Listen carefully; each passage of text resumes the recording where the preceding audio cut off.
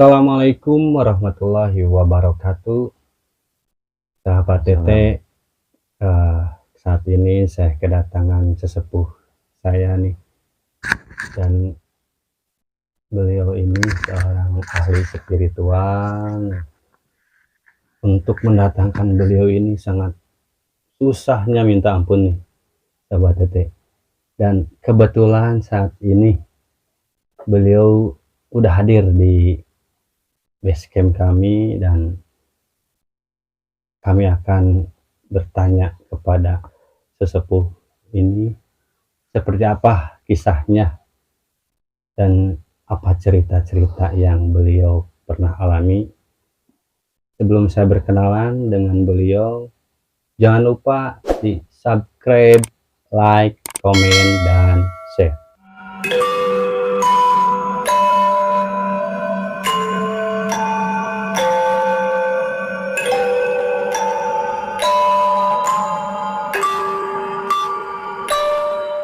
Yuk, oke, kita langsung berkenalan aja dengan sesepuh kita, Mbah Asep. Jaipong. Alhamdulillah, Mbah Asep Damang. Alhamdulillah. Mbah Asep ini udah dari lama ya, saya undang gitu, udah berkali-kali, dan alhamdulillah saat ini Mbah Asep ini bisa datang ke kita untuk berbagi cerita mungkin ya. Mbah Asep, sebelum saya bertanya nih kepada Mbah Asep ini, mungkin ada pesan dulu buat sahabat Tete di rumah atau kerabat, Mbah? Pesan dari Mbah Asep, tanamkanlah kekuatan dan keselamatan lahir batin dunia akhirat dan keimanan dan Islamnya. Mudah-mudahan masyarakat atau semuanya khususnya di Jawa Barat dan juga di seluruh Indonesia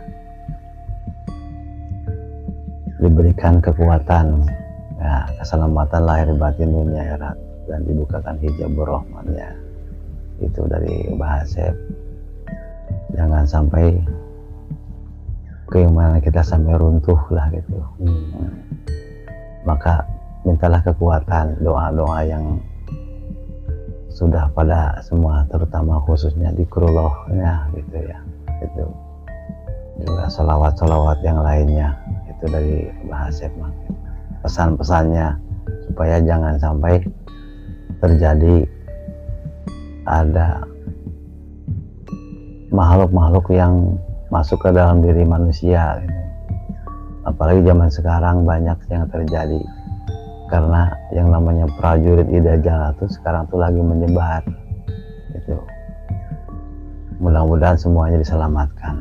Amin. Amin ya rabbal alamin. Nah itu sahabat Tete, pesan dari Mbah Asep nih. Sebelum saya nanya ke Mbah Asep, soalnya ada yang orang mungkin tidak tahu nih tentang Mbah Asep, karena namanya Mbah Asep Jaipong. Ya, Mbah Asep Jaipong ya. Kenapa harus Jaipong nih, Mbah? Emang kalau namanya orang tuh memang dulu pernah mengalami melatih jaipongan, kesenian-senian Sunda gitu. Nah, sampai sekarang kenapa orang tahu, di orang-orang yang pernah kesurupan aja itu nama itu pada ini ya, udah gitu. Terkenal, udah ya? Terkenal istilahnya gitu di alam itu. Jadi setiap namanya Asep Jaipong ya pasti Mbah Asep. Mbah Asep gitu. Kan sebelumnya mungkin ya yang saya tahu, karena saya udah kenal jauh sama Bang Asep dari dulu. Kenal Mbah Asep itu Mbah Asep Jaipong, katanya dulunya ya suka jaipongan ya, gitu. Padahal ada arti lagi ada dari arti jaipongan lagi. itu. Ya memang kalau yang itu Asep itu ya, Jai itu ya sesepuh guru gitu ya, guru Pak Asep gitu namanya, buat jajak Jai gitu. Engnya itu menghiang gitu, menghilang ibaratnya gitu, menghilang. Eng atau mendangiang gitu, eng maksudnya. Jadi mendengung ya, itu menanggung sampai di akhir zaman, itu namanya Jaipong. Yang aslinya mah Asep Rahmat gitu. Namanya mah Asep Rahmat, cuma gitu. Ada landihan ya. dari jadi Asep Jaipong. Ya. sekarang jaipongnya udah diartikan ya, Iya. bukan jaipong yang Menari, menari-nari sebenarnya bukan. mah, cuma emang dulunya suka menari. Menari gitu. Kan yang saya tuh dulunya jaipong itu ya tarian Tarian. Sunda, Pak. Itu bukan, itu memang kalau ya kalau keluarnya seperti itu, ke dalamnya seperti itu, ini gitu. Ada keluar ke dalamnya gitu. Ada perjalanan tentang ilmunya mungkin. Jadi jelas ya bahwa Asep jaipong itu bukan karena ini Bah Asepnya suka jaipongan gitu. Itu udah dirinci nih. Nah, Bah, saya mau nanya nih, Bah. Bah Asep ini kan sering berhadapan dengan orang-orang yang punya masalah mungkin ya, Pak ya. Salah satunya masalah tentang kalau dari penyakit non medis mungkin atau gangguan gaib juga. Salah satu contoh seperti apa sih, Bah, yang pernah Abah tangani, Bah? Ya, yang terutama mah pertama kan ada namanya terapi ruqyah. Harus diterapi dulu. Sebab apa? Terapi itu kebanyakan sekarang tuh penyakitnya itu lambung. Lambung, ulu hati, usus kan. Nah, tapi ada juga yang kena masuk terutama, loh, jadi merinding gini. Lambung itu bisa diduduki oleh makhluk-makhluk gaib gitu. Sebetulnya makhluk yang tidak sempurna. Kalau gaib beda lagi, gaib dan goib beda lagi. Beda gitu kan. Maksud yang tidak sempurna? Yang sempurna yang meninggalnya, matinya tuh tidak lazim, tidak kembali pada Allahnya gitu. Jadi kalau misalkan kembali pada Allah beda lagi gitu kan. Jadi terutama kalau di WC mah orang masuk jin siluman itu masuknya ke situ, ke WC. Kalau di kita masuknya ke lambung. Nah, jadi di lambung ininya banyak itu kan. Nah, begitu di ruqyah ya dia keluar. Contoh, salah satu contoh nih, ibarat keponakan ya, dia awalnya tuh mimpi. Itu yang santarnya itu yang aneh tuh, mimpi kedatangan pocong bertiga. Dari mana katanya? Itu dari Pelabuhan Ratu. Memang itu ada mantannya, itu semacam santet. Begitu diterapi ruqyah dia jadi macan. Sampai begini gitu. Udah gitu dibalikin lagi di ruqyah. Karena Nabi Muhammad itu kalau dia mengeruqyah itu dicekek. Kalau Nabi Ibrahim itu dengan jin ifrit itu dibaledog ya, dilempar. Caranya nampak begitu keluar muntah, terus keluarlah itu namanya bahasa itu mah, keluar teh ulet bulu. Ulet bulu. Nah, ulet bulu 8 malahan keluar dari mulutnya. Dari mulutnya langsung gitu. Karena dari sini keluar, begitu di ruqyah baru keluar itu semuanya. Ya alhamdulillah sampai sekarang itu.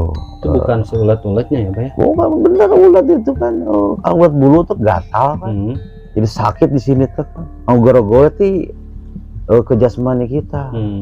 Nah, yang ludah-ludahnya itu dia tuh prajuritnya. Ludah itu juga semacam kerajaan dianya itu. Sampai keluar alhamdulillah, sampai dibuka baru syahadat. Dengan syahadat itu dia makhluk kayak gituan takut. Intinya gini, kalau yang kesurupan, kalau dia udah sadar, coba kamu bacakan syahadat. Asyhadu alla ilaha illallah. Dia berbicara, dia yakin ke Allah. Begitu anna Muhammad Rasulullah, dia nggak bisa. Nah, itu berarti masih ada, gitu kan? Kenapa tuh maksudnya masih ada? Jadi begitu ya? anna Muhammad Rasulullah ini kan, Rasulullah itu Nabi Muhammad. Asyhadu alla ilaha illallah kan dia tuduh Tuhan selain Allah. Salah itu, kecuali Allah. Kalau selain Allah siapa? Nah, itu artinya kalau syahadat itu kita bersih pada Tuhan. Tidak ada Tuhan kecuali Allah dan Muhammad. Dia takut ke Muhammad, maksudnya itu. Karena dia tidak mengikuti ajaran Muhammadnya waktu hidupnya, begitu mengucap itu ya nggak bisa itu.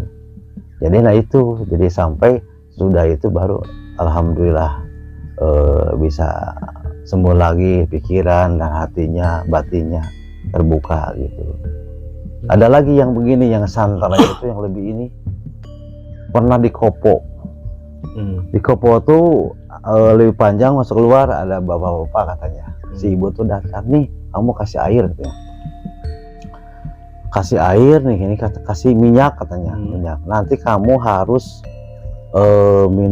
pinjam uang kemana siapa aja, kamu harus setor 10 juta tiap asar gitu ya. Nah, kan orang tuh aneh dia, tapi dia begitu minjam teh dikasih semuanya sampai 600 juta. Jadi ada ilmu yang namanya ilmu gendam. Udah kayak gitu kayak hipnotis. Ini mah sampai setahun lebih. Jadi Kopo tuh si ibu. Nah udah gitu, nah begitu dia sering jadi kan ngobati gini juga batang dengan ponakan masuk ke situ, wah dia langsung marah. Nama kamu jangan cek Sunda mah tong pipilun mana ya, kamu jangan begitu sama ponakan saya gitu.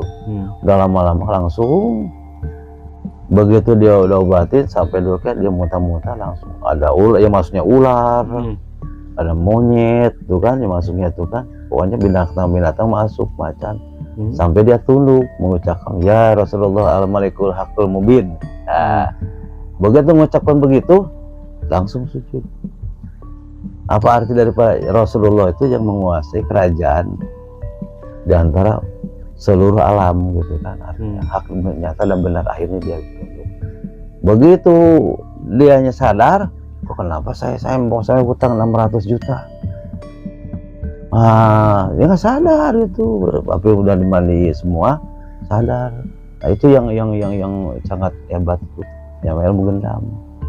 Sampai si bapaknya orangnya itu sampai menyerang, karena si insting terasa ces gitu ya kan, tek ya, perih, hantam lagi, selesai dia bakal kakinya bakal ternyata benar. Itu salah satu banyak hal yang pernah didebatin, alhamdulillah gitu ya gitu. Lalu tadi yang waktu pagi malam ada lagi namanya itu yang TK tuh, punya TK. Dia tuh keluarnya kalau misalkan muntah tuh bau. Kalau dia mau sholat bau ya memang di samping lambung juga ada yang gitu, juga ada makhluk ya yang ya di tempat itu TK. Itu salah satunya. Banyak kan ceritain banyak ya. Terus ada lagi zaman sekarang itu orang yang mau pengen ke perempuan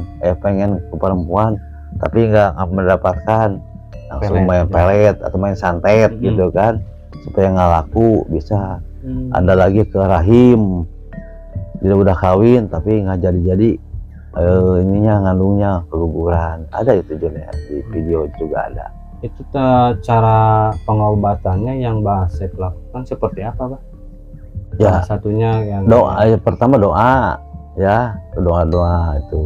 Keduanya mengobatinya yaitu dengan ya ruqyah lah, terapi dulu baru di ruqyah. Salah satunya kalau misalkan udah dipijit dari mana nih kelemahannya, dia diam di mana gitu ya. Diam di sini misalkan, dia terutama di lambung, kebanyakan di lambung sekarang aja di lambung, karena sebenarnya manusia tidak ada punya lambung, kecuali yang namanya lambung itu karena itu kenapa? Karena dia tidak banyak berpikir terlalu dalam ya, akhirnya ada yang masuk itu makhluk karena dia lemah. Itu apalagi yang suka sering kemasukan malah lebih cepat gitu. So ada juga melalui kiriman orang gitu, santet gitu. Kalau kiriman orang kan agak susah, kurang-kurangnya kalau kita nggak kuat mah bisa balik gitu ya. Salah satu jalan dengan memang di hadis juga ada, wa nahnu aqrabu min habli bahri, Allah itu tidak jauh dalam diri kita ibarat urat leher, tidak antaranya. Maka kalau dia urat leher diginiin, dia diamnya. Kalau macam dianya di sini, kalau ular ngebelit ke kepala, jadi ada yang sakit kepala itu. di sini, kayak dipatok begini, gitu.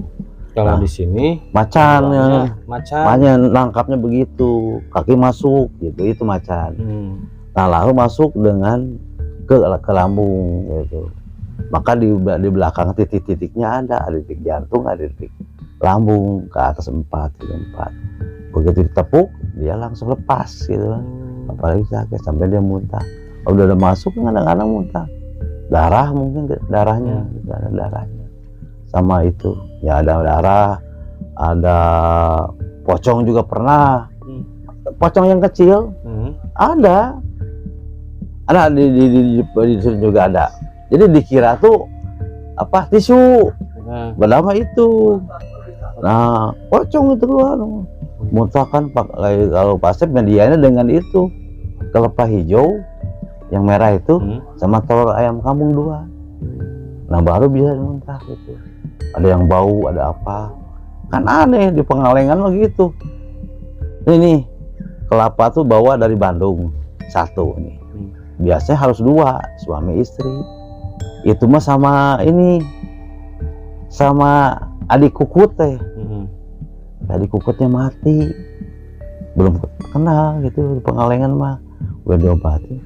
Kenapa air yang ini dari suami diminum 1 itu manis, begitu dia masih ada makhlukannya sama dia mah asem. Begitu didoain, dikeluarin makhluknya itu, coba mau makan itu terai kamu manis, itu udah nggak ada gitu.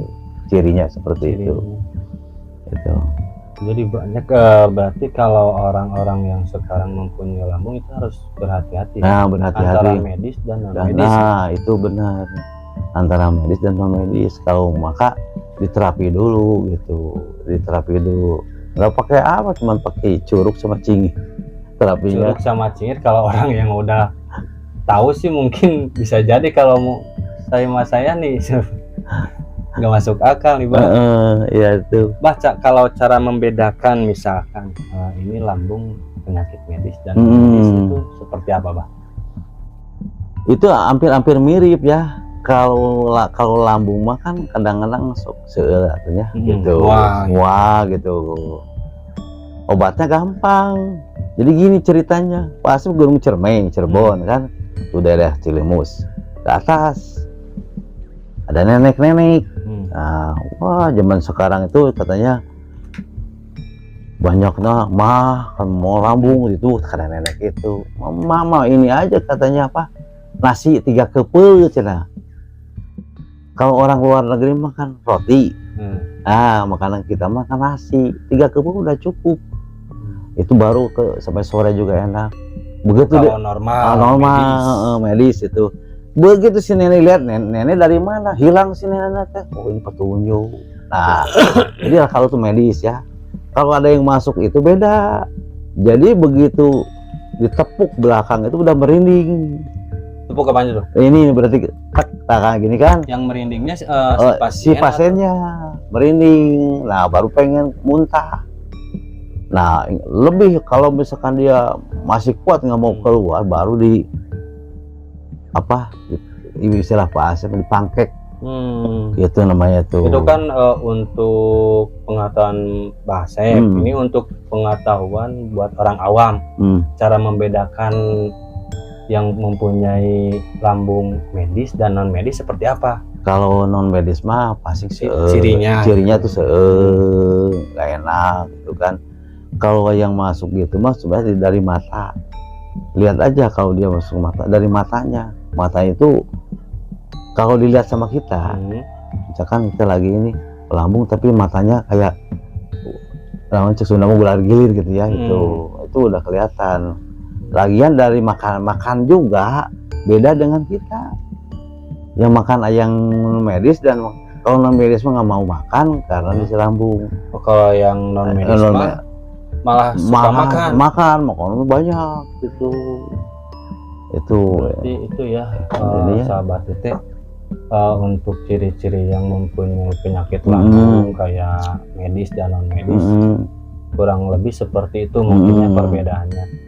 Biasanya ya kalau logisnya mungkin si penyakit lambung tuh nggak mau makan gitu karena mual gitu kan. gitu. Tapi kalau ada yang mempunyai penyakit lambung tapi dia makannya hebat gitu kan.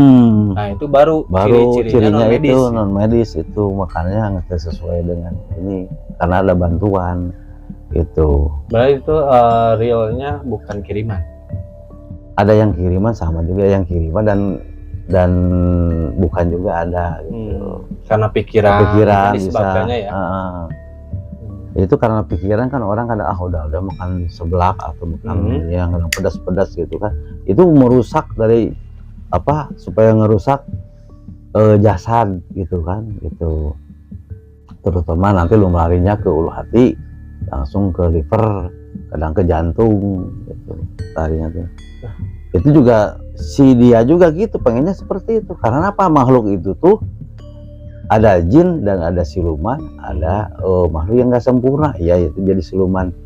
Yang maksud sempurna lagi, dulunya dianya tuh penyakitnya penyakit lambung, padahal kita juga nggak punya tuh, ada paru-paru, kita mau ngapain kita mau, karena yang masuk yang itu dari kiriman ya, dia tuh yang tinggal sempurna tuh dulunya penyakit seperti itu. Bawaannya dari alam gaib itu, sebetulnya itu pengalaman. Mbah Asep sebetulnya ya. Berarti selama ini Mbah Asep sering ada panggilan buat membantu orang yang ya alhamdulillah keluhan. Ada nggak Bah yang paling susah ditangani Bah? Kasus apa Bah? Ya dulu memang kasus 40 hari itu, kesurupan pulang dari Curug Ubruk Cimahi. Nah ceritanya gitu, waktu zaman interkom, Mbah Asep tuh nggak dibawa, kok kenapa dibawa? Pasti ada yang kesurupan katanya. Begitu pulang ke sini bener kesurupan. Sampai di sini ada orang yang jadi pakai yang hitam-hitam kono, yang megang, wah ini maga ini. Nah itu pasti juga memang dulu mah agak susahnya. Memang susah. Ini kenapa kok kesurupan terus? Yang kesurupan cuma sehari paling bisa di ini saya. Ternyata lama-lama ketahuan, sampai orang yang pegang tuh udah macan, namanya macan putih. Yang masuknya? Yang masuknya tuh namanya macan putih. Nah lama-lama kelihatan ada kayak berbulu begini tuh, lemes gitu kan. Nah udah gitu lama-lama ketahuan, ini pas yang ini ada yang nyantet dari arah selatan, bilangnya aja namanya Ciwideynya. Nah itu di teman seperguruannya, jadi lama-lama udah itu dia punya kayak hodam gitu ya. Nah, hodamnya ada 2, mati 1 udah gitu, namanya siapa itu sari-sari gitulah itu makhluknya itu kan. Nah ada, tapi yang masuk beda lagi, dari santetnya dikirim. Nah jadi lagi, jadi siang malam itu sampai yang ngobatin itu sampai terus guna ganti, termasuk ada Pak Komar ya, termasuk yang guru gitu ya. Tapi alhamdulillah sampai ditungguin, kalau dia keluar malam mata tuh menyala kayak macan gimana itu. Nah obatin keluar, sampai anehnya dulu kan ada sahabat ya itu Cina tapi udah mualaf gitu ya, sampai dia gini sama dia tuh jadi kan rumahnya kan bukan keramik tapi tanah bata biasa, tapi ada ini, ada bolong-bolong kayak tanah, keluarlah ini apa, belatung gernut, baradag belatung tuh, masukin aja ke ini, ke ini gelas cangkir gini, baca aja surat Anas, besoknya apa kayak yang kebakar gitu.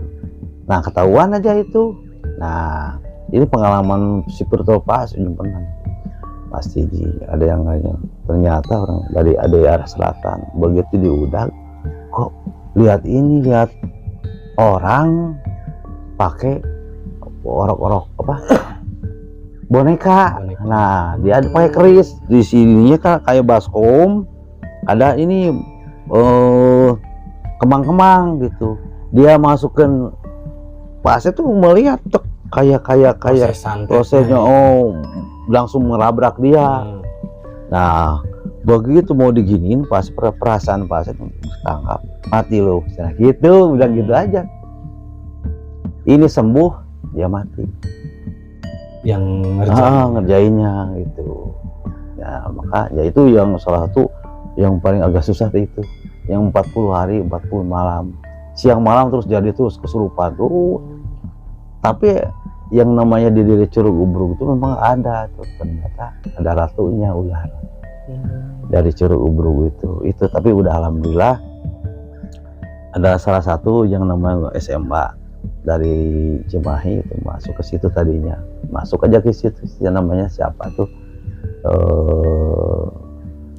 Yani Mulyani kalau nggak salah ya tuh, karena masuk ke itu udah beres. Salah satu aja yang ternyata yang ini, yang santetnya ini yang agak susah tuh dulu 40 hari 40 malam kesurupannya. Alhamdulillah setelah 40 hari baru sembuh. Udah nggak ini lagi. Nggak ada lagi, nggak. Malah jadi bisa dianya sekarang tuh. Jadi orang bisa sekarang. Ibarat di Cimahi, di Padalarang. Itu salah satunya yang paling susah itu. Ya namanya kan Allah tuh memberikan satu rahasia kepada kita sebetulnya. Ya kalau udah ketemu rahasia mah akan lama sebetulnya. Gitu nggak akan lama. Biasanya kalau santet itu emang pada umumnya 40 hari paling susah. Iya 40 hari kalau udah belum ketemu ininya mah kuncinya gitu. Berarti salah satu. Kalau yang paling pendek lah, ada yang pernah diguna-guna misalkan. Yaitu ada guna-guna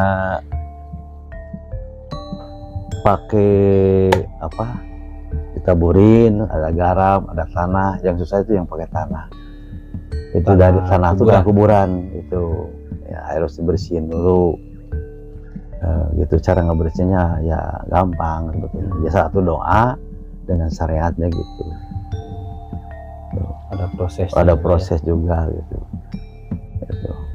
Mbah, kalau sekarang kan zamannya era digital nih, Mbah. Orang itu banyak yang apa ya, kalau kasarnya mungkin secara langsung seperti ini orangnya biasa aja gitu. Tapi secara lihat di digital itu orangnya wah luar biasa. Nah, Bah, itu ada efek-efek buat kayak ya kasarnya susuk, Bah. Ada seperti itu nggak, Bah? Di orang-orang seperti ini buat Abah mungkin orang ketemu seperti ini. Iya itu banyak untuk ciri-cirinya, Bah. Memang salah satu ada ciri kalau misalkan dia pakai susuk aja ya. Nah, ada yang dimakan, ada yang dimasukin, itu kelihatan tuh kayak mengkilap gitu ya. Di ini kan secara gaib itu mana dipasangnya di sini misalkan di sana ini kan gitu. Jadi ada yang mungkin jadi keluar kayak ya emas ya itu gitu kan. Itu ada yang dari apa gitu. Itu yang kayak susuk-susuk banyak ya kelihatan gitu. Terus dari pembawanya juga buat dia aja orang diam pakai yang kayak itu dia bisa berani ya, terutama dengan berhadapan, intinya buat menarik apa, daya tarik lah itu mah gitu, buat penglaris gitu. Buat penglaris salah satunya mah gitu. Kebanyakan ya pakai ya hodang-hodang bangsa jin itu. Bangsa jin ada yang murni, ada yang pakai bangsa itu. Kalau yang seperti itu bisa dilepas nggak, Pak? Oh ya bisa lepas. Banyak hal yang harus dilepas, dengan air juga bisa lepas ya.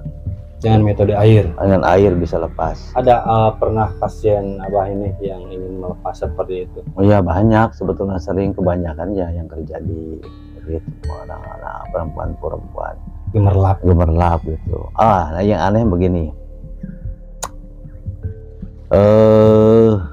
alhamdulillah sekarang mah dia mah udah kawin sama haji, dia datang ke rumah gitu kan, Bah cina saya pengen dilepas lah yang kayak ginian gitu, saya kerja di ini dulunya itu, cantik orangnya juga itu. Oh gitu ya, beli ini aja, beli kelapa hijau. Nah, bawa aja ke rumah. Setelah bawa ke rumah, begitu mak minum kelapa hijau itu, malahan buang air besarnya itu darah itu. Kenapa ini bisa darah? Ya itu kan mau dilepas. Karena dihancurkan, bukan darahmu, karena darah itu yang makhluk-makhluk di dalam dirimu, gitu kan. Udah dilepas di dalam dirimu, nah udah lepas. Alhamdulillah. Nah alhamdulillah, jadi ketemulah jodohnya dengan Noya, Abang Haji, gitu. Itu yang salah satu lepas semua, jadi keluar gitu. Tapi dengan buang air besar, buang air besar itu darah. Ya itu kan ini aja yang diruqyah pasti ada keluar darah, karena hancur gitu kan. Waktu diruqyah hancur, keluar darahnya itu enak tuh. Jadi yang menggorok itu bisa ke ini juga, bisa kena penyakit medis juga kenanya nanti ke jasad. Efeknya ya efeknya itu. Berarti ada beberapa metode cara penyembuhan atau pengangkatan susuk ya kan, ada yang dibacain keluar gitu. Kalau ada kan yang susuk itu syarat mungkin atau gimana ya, ketika dipasang susuk itu gak boleh makan ini gitu, salah satunya yang udah lazim mungkin sate gitu. Kalau kata orang Sunda bisa meluluk. Memang ada itu, makan sate ya keluar, karena makhluk itu kan kalau lihat sate itu kayaknya seperti dia mau makan dia gitu. Jadi begitu dikeluarin itu kerasa kayak sereset gitu ya. Itu ya. Jadi makan satu nggak boleh satu. Terus katanya juga terus kalau ada upaya cucian dari itu, itu keluar itu. Oh, maksudnya nggak boleh ngelewatin. Lewatin itu. Terus makan caumas ya katanya. Suka keluar. Iya, kalau yang murni emang nggak pakai hodam kayak itu nggak ada masalah. Gitu. Kirain cuma omongan aja nakut-nakutin. Tapi kalau itu barangnya mah di situ, cuman itunya hodamnya nggak ada. Gitu. Barangnya itu tergantung sama ahli spiritualnya atau gimana? Ya itu yang spiritual kan kadang-kadang ya spiritual suka punya narik hodamnya, gitu kan. Ya Abah juga pernah ngalaman yang kayak gituan lah dulu gitu ya. Ada amalannya juga menarik tawa kayak hodammu ada aslinya kan, tarik hodamnya masukin ke itu, ada dengan pengasihannya. Nah sekarang ini saya mau nanya, kalau menurut Abah ini, Abah bisa nggak melihat seseorang gitu yang orang yang pernah ketemu atau orang yang udah kenal lah sama Abah. Misalkan Abah ketemu sama orang ini, dia punya hodam, Abah bisa tahu nggak dia punya hodam? Ya memang Allah tuh memberikan tanda-tanda kekuasaan Allah dalam diri manusia sebenarnya kan. Nah ada tanda-tandanya, ada bisa berwujud, di belakang kamu ada ini nih, ada pendampingnya gitu, atau perempuan atau kayak kebanyakan gitu kan. Tapi ke Abah juga ada kontak juga merinding ya. Tapi bukan semuanya di kiri, kebanyakan di kiri gitu. Kebanyakan di kiri, ini ada hodaman kayak gini gitu ya gitu. Nah ada seperti itu, juga ada tanda-tanda dari Allah, dari sifat Allah keluar itu. Auranya yaitu namanya aura. Kalau dibilang umum aura energinya. Ada juga ada janji merah berkata itu salah satunya itu. Kalau yang bagusnya bagus gitu kan. Kalau untuk pendamping dari karuhun nih sama hodam yang dimintai, mungkin kan sekarang ada banyak orang-orang yang ingin punya hodam pendamping sampai berpuasa atau gimana lah ritualnya. Nah kalau untuk hodam dari karuhun sendiri Abah bisa membedakan nggak ini hodam maunya dia gitu, hodam yang udah dari dulu pendampinginya gitu ya ada yang melalui dengan berpuasa, dengan kan katanya setiap kalimah itu ada hodamnya, ada hodam jin, ada hodam malaikat, tergantung dari niat kita sebetulnya. Kalau kalimat sih bagus semua juga, cuma niat kita gitu kan, rasanya kemana kita, oh rasanya ke pen hodam ini ya, hodam karuhun ya. Nah itu nanti yang datangnya ya karuhun nanti itu.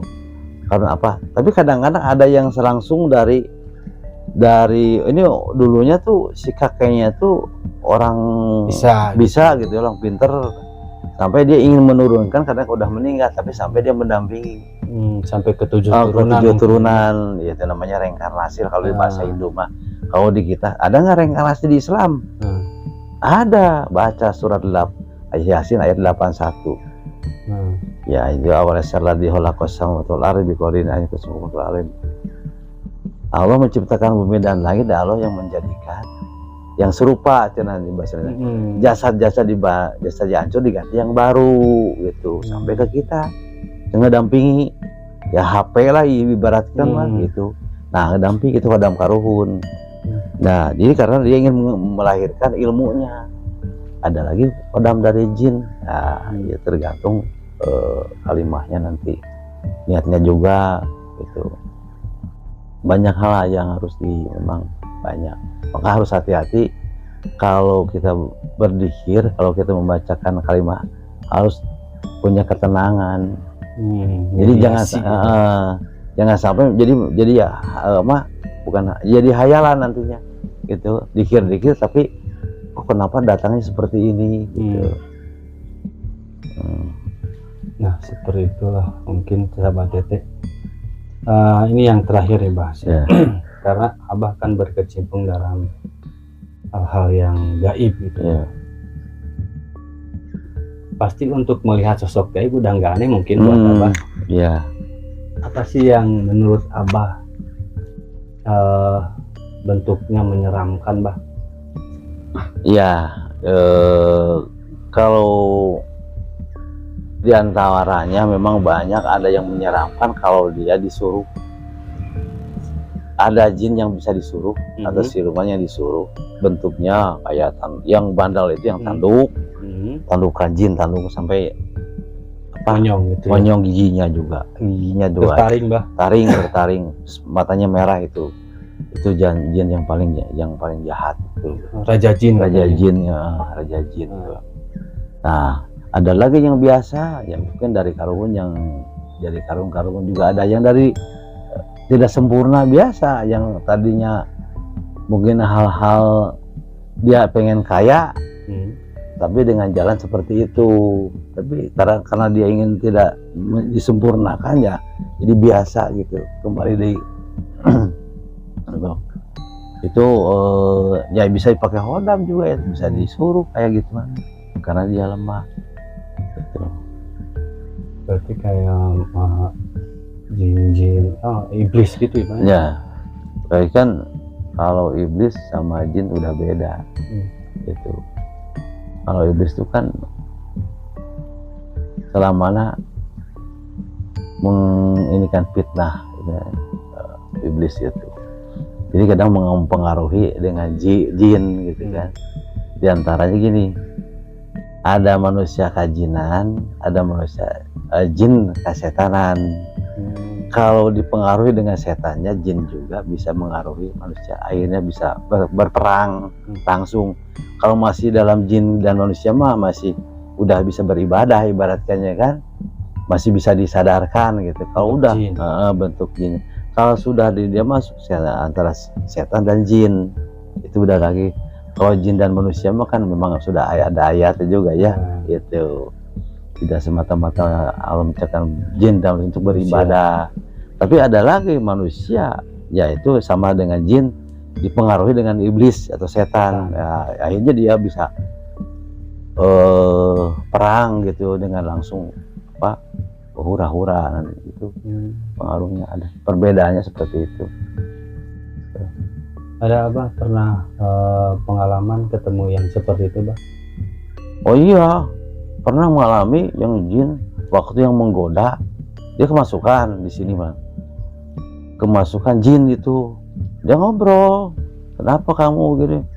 Saya tuh hampir 3000 tahun saya untuk membadah waktu Kanjeng Nabi Muhammad Isra Mi'raj.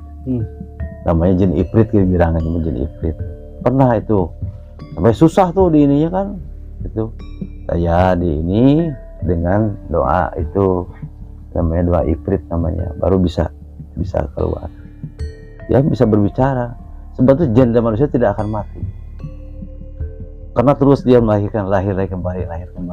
Yang manusia juga begitu.